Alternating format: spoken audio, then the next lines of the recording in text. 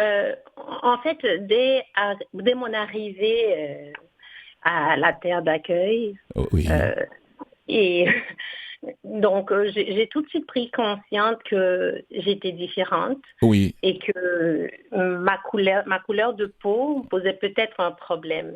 oui, dans certains Et milieux, oui, peut-être pas dans tous les milieux, dans certains milieux. vous serez surpris, Oui, euh, mais presque partout. presque Euh, partout, oui. direct- Hmm. Directement ou indirectement, En tout cas, c'est pas c'était moi qui comme vais vous contredire, hein. On est dans le même wagon du train, en tout cas. ah là là, Oh oui, non mais c'est pas moi vraiment. qui vais vous contredire, Benita. Allez, je vous laisse continuer. Donc voilà, je suis arrivée très jeune à Montréal. Donc j'ai commencé à me questionner et poser des questions à mon père. Donc il y a des questions, ben c'est le père qui s'en charge hein, lorsque la mère n'a pas la réponse. Tu Mhm. sais comment c'est. Et donc mon père lui-même n'avait pas réponse à ces questions. Lorsque j'ai eu des enfants, mes enfants me posaient la même question très tôt. Mon fils, dès la première journée d'école, il faisait face à ça.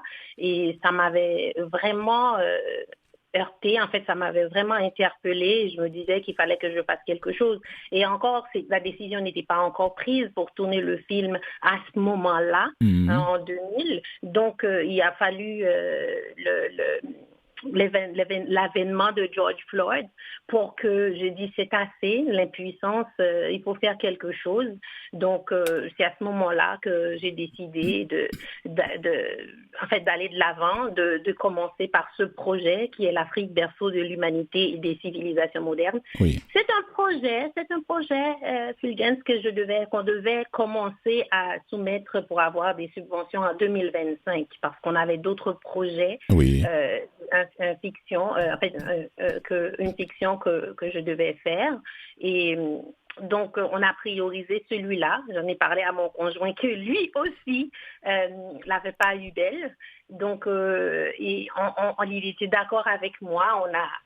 En fait, on a investi dans le projet. C'est un projet indépendant. Mhm. Donc, on a opté pour celui-là et aller de l'avant. Mhm. Et aussi, vu que mon conjoint aussi voyageait en Afrique, le projet ne devait pas débuter au Sénégal, vu qu'il était là-bas, il était en voyage là-bas. Et, en fait, je lui ai envoyé des documents avec des équipes là-bas pour commencer à faire les repérages des lieux un mois à l'avance, avant que moi j'arrive avec mon équipe. Et par la suite, envoyer d'autres équipes dans d'autres pays africains pour pouvoir euh, filmer parce qu'on s'entend qu'on parle d'un continent Oui. et non d'un pays donc qui est gigantesque, plein de ressources, plein de richesses de tout genre. Donc, il fallait que ça soit à la hauteur et à la grandeur de l'Afrique. Et donc, c'est une de grande fierté le fait que le film soit, moi je dirais une réussite à ces niveaux-là, à plusieurs niveaux d'ailleurs. Les festivals le témoignent. Donc, le film a été sélectionné par 9 festivals et lauréat de 4 festivals. Bravo. Donc, Bravo. Félicitations. oui, Bravo. oui, oui, Mhm. merci. C'est vraiment apprécié. C'est vraiment, ça fait du bien de voir que son travail est récompensé de cette façon-là, Philgen. Ça fait du bien, en fait. Ah oui, ça ne peut faire que du bien. Bon, pour ceux qui ne vous connaissent pas, Oui. vous êtes détentrice d'un DEC en Ah, arts et lettres du collège Marie-Victorin. Il faut qu'on parle de ça aussi, ouais, parce que vous n'êtes pas levé pour prendre la caméra comme ça et puis partir. Vous avez commencé par le théâtre et vous êtes bachelière en art dramatique de l'Université du Québec à Montréal, l'UQAM. Mais c'est ça, oui, c'est comme ça que tout a commencé. Et puis, oui. le théâtre et vous, Mhm. vous êtes nés l'un pour l'autre ou bien comment ça s'est passé? Oh, je Est-ce te qu'à la dis, maison, Bénita était la petite qui faisait rire tout le monde, oui, qui imitait et les qui parents, imitait, les amis, voilà. tout ça? Comment? Expliquez-nous un peu. Oui, oui, oui, oui. En fait, c'est vraiment ça. Donc, j'ai eu un parcours par l'écriture, les arts de la scène, le théâtre. Et j'ai eu la chance immense d'être encadrée par l'Alliance théâtrale haïtienne, qui est metteur en scène, mais Evans Valsin, Oui. un homme, un géant. Et aussi, j'ai pu travailler au sein de cet organisme, plus tard aussi comme directrice de l'organisme. J'ai travaillé avec des jeunes, assistants metteurs en scène. On a fait de l'écriture collective. Et mon Dieu, j'ai travaillé sur plusieurs plateaux. Et aussi, j'ai eu des rôles comme dans 30 vies. L'auberge du chien noir, Mémoire vive. Plus proche chez nous, on a eu Gaston Macoquelin, qui est l'amour de ma vie. C'est une télésérie qui était d'abord une pièce de théâtre qu'on a coécrit et qui a fait, je te dis, un gros boom dans la communauté internationale haïtienne. C'est fantastique. Donc, c'est l'amour de ma vie. C'est mon premier amour, si on peut dire ça comme ça. Donc, et sans oublier avec Story Live, avec Marilyn Bastien, qui est une femme qui se bat, qui porte plusieurs chapeaux comme moi, qui fait de la production de cinéma et qui, de son parcours, elle aussi, a débuté par le théâtre. Donc, c'est un petit peu ça. C'est un petit peu, si on veut brosser comme ça, et aussi que je suis une femme d'affaires. Donc, une femme d'affaires et à la tête des compagnies Zen Queen Media Production, JB Solutions Immobilières et Benita et Jetro Fondation. J'ai dit, mais est-ce qu'elle a assez de temps pour les tout petits à la maison, là? La famille, c'est la priorité. Oui, c'est d'accord. La priorité pour nous. C'est d'abord la famille. C'est d'abord la famille. Et ensuite, on avance dans les autres activités. Et puis, vous n'êtes pas seul. Il y a votre conjoint aussi qui est là. Oui, il y a mon conjoint aussi. Quand on parle des enfants, quoi, voilà, à qui je faisais allusion. Oui. Oui, voilà. Alors, ces films, ça vous a pris combien de temps? Vous et toute l'équipe, ça vous a pris combien de temps? En fait, l'écriture, c'est ce projet-là. Ce projet-là, en gros. Le jour que vous avez pris votre crayon, que vous avez pris votre bout de papier jusqu'aux salles de projection, ça vous a pris combien de temps? En fait, on parle d'écriture de 2012, que j'ai vraiment commencé à écrire. Oui. Et que 2012, pourquoi 2012? Parce que c'est l'année où est-ce que j'ai rencontré mon conjoint. Oui. Et en fait, on en parlait et que...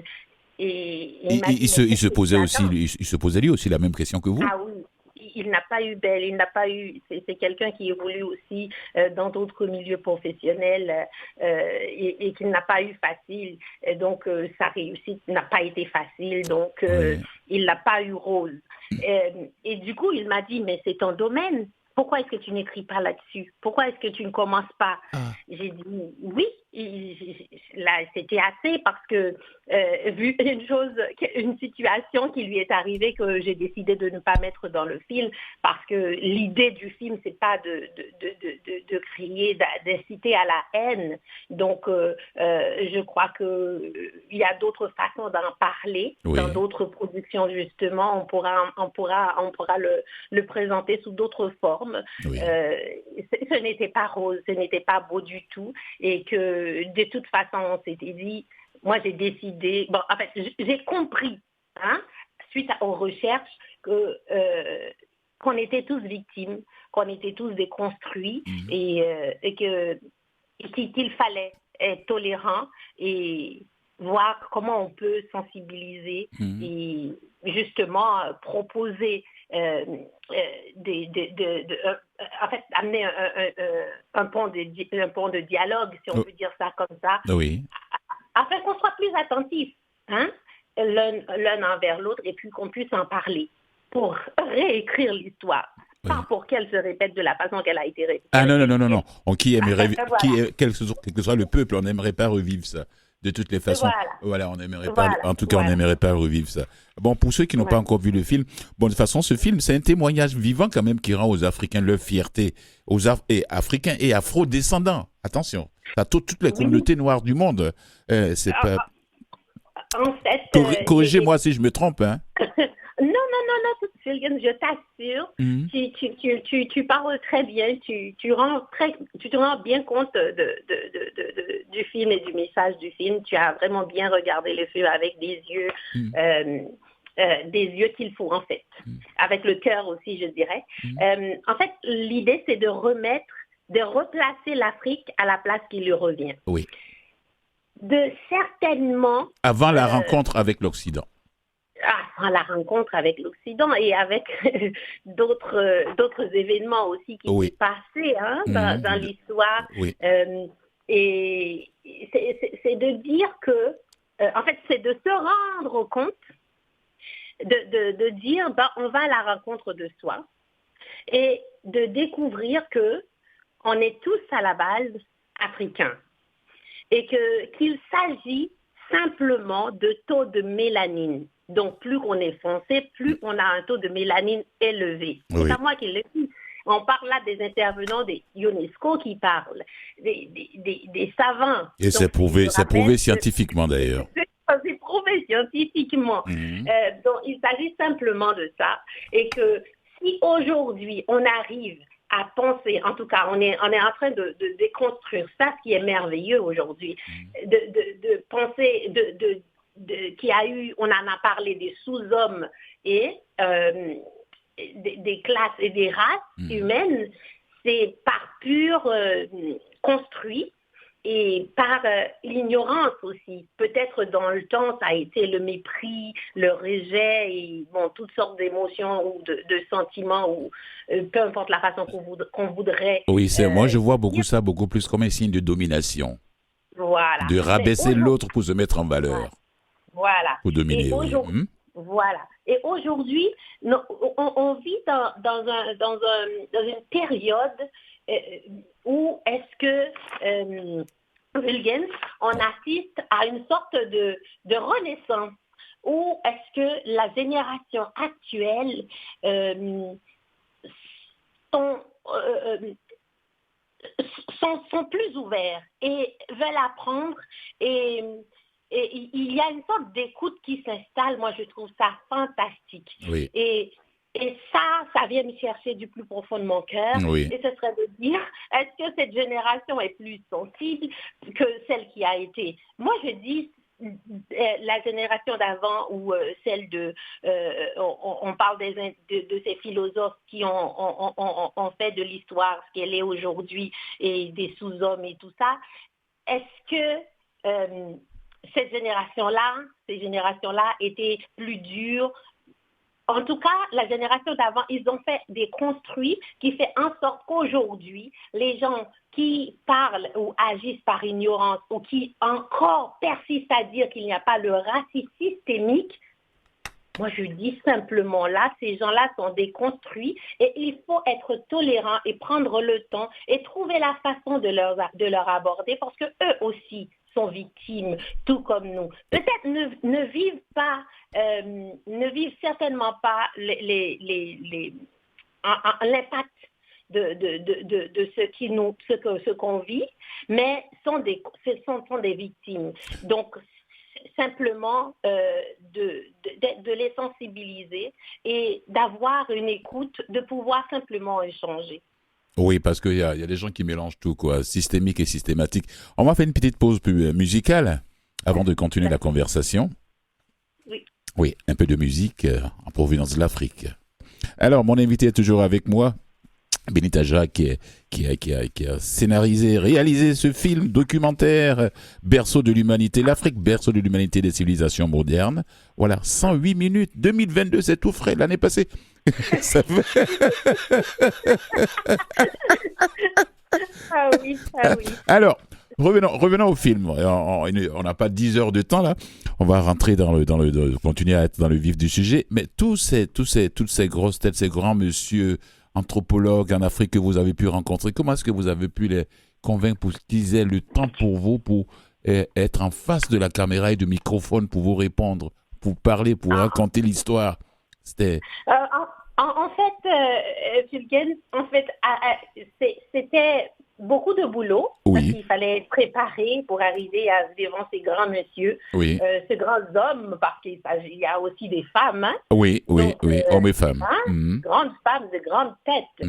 Et il fallait être préparé. En fait, c'est ce que c'était. Donc, j'étais bien préparée.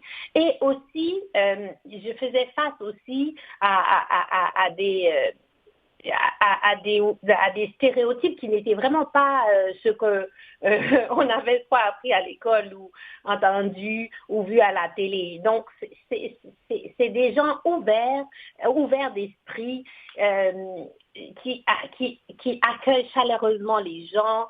Et donc, dès qu'on arrive en Afrique, en fait, on arrive au berceau, hein? Oui. Donc on est tous chez soi. On nous reçoit avec le cœur, avec tout ce qu'ils ont, en fait. Et vous, c'était votre premier voyage en Afrique, hein?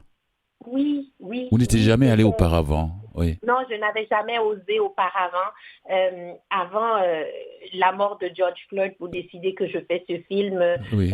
en fait, tu sais, on a toutes sortes, on a ces idées en tête et ce qu'on voit à la télé et ce qu'on entend. Oui. Et on nous dit que l'histoire de l'Afrique a commencé. Et en fait, dans l'école, on nous dit et il y a eu l'esclavage et on continue à parler. Donc, avant ça, qu'est-ce qu'il y avait? C'est rien, on ne sait pas. Donc, il a fallu que j'aille en Afrique, que je rencontre ces messieurs pour découvrir justement qu'on en parlait. Et bien avant, chez Kanta Diop, il y avait d'autres auteurs qui en parlaient justement de l'Afrique, de cette Afrique pré-colombienne. Oui. Donc, pour moi, c'est un continent arc-en-ciel. Voilà, c'est ce que je dis, hein, Williams. En fait, tu as les mots qu'il faut, voilà. Ouais. L'accueil, oui. On nous reçoit, tout nous est offert, oui. et que j'étais assez bien préparée et encadrée pour recueillir les informations qu'ils avaient à nous offrir. Et par contre, j'ai dû, après être rentrée à Montréal, c'était dans le temps de Covid, envoyer d'autres équipes et demander à d'autres équipes sur place de commander en fait des images pour compléter le tout. Donc on parle là d'un gros morceau d'un film de 108 minutes, c'est un long métrage. Oui. Mais ça passe vite, hein, parce que c'est beau, les images qu'on voit, tout ce qu'on écoute, les sons, tout ce que les gens, les messieurs et les dames que vous avez approchés, à qui vous avez tendu le micro et oui. qui étaient face à la caméra, c'était des gens qui connaissaient, ils savaient de quoi ils parlaient. C'est des intervenants de UNESCO, hein. Oui. On parle là des anthropologues, des philosophes, des écrivains. Donc, moi, je vous invite à découvrir dans le film. Je ne dis pas un nom, parce que si je dis un nom, il faudrait que je dise tous les noms. Tous les noms. Non. De toutes les façons, moi, je vais revenir t'entendre. Mais actuellement, là, celui qui veut voir le film, là, où est-ce qu'il peut le voir? En fait, en ce moment, justement, on est à la recherche de distributeurs pour distribuer le film. Le film est encore dans les festivals, il est en train de faire son tour. Il fait encore son tour festivalier. Oui, son tour festivalier. Donc, le film est sélectionné à beaucoup de festivals. Oui. Donc, dont le film est lauréat. Donc, on a eu plusieurs projections déjà au FESPACO. On a eu 2 projections au FESPACO, à Pan African Film Festival. Oui. On a eu à Doc Without Borders Film Festival. Donc, on a eu quand même plusieurs projections qui étaient faites dans le cadre des festivals. Donc, on peut dire qu'on a eu des avant-premières. Oui. Le film n'est pas encore sorti. Il n'est pas encore en salle, ici, là, chez nous. Là. Non, il n'est pas encore. On travaille là-dessus. D'accord. Donc, nous n'avons pas encore de date. Et là, on parle des festivals encore qui va en Afrique, en Martinique, Guadeloupe, dans plusieurs pays africains. Ils n'ont qu'à tous voir ça. Ils n'ont qu'à tous voir ce film-là.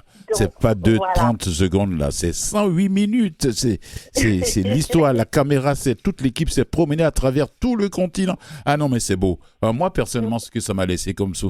Mais non, je vais le revoir, je vais le revoir, et puis ça me transporte. Je me suis dit, cette femme, il faut que je lui parle. Non, non, non.